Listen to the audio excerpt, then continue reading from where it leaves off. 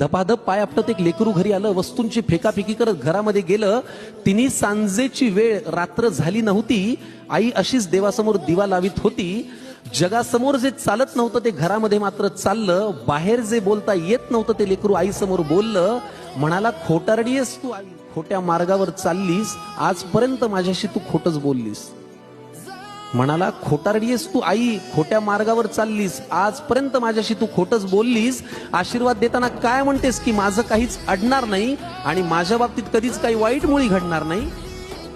आईपासून काय लपतंय तिच्या लक्षात आलं. तिने बाळाला घोटभर पाणी प्यायला दिलं. हुंदक्यांमधून वाट काढत पाणी पोटात गेलं. आई म्हणाली, आता सांग तुला काय झालं.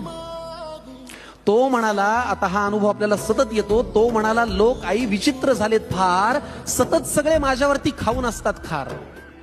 तो म्हणाला, लोक आई विचित्र झालेत फार, सतत सगळे माझ्यावरती खाऊन असतात खार.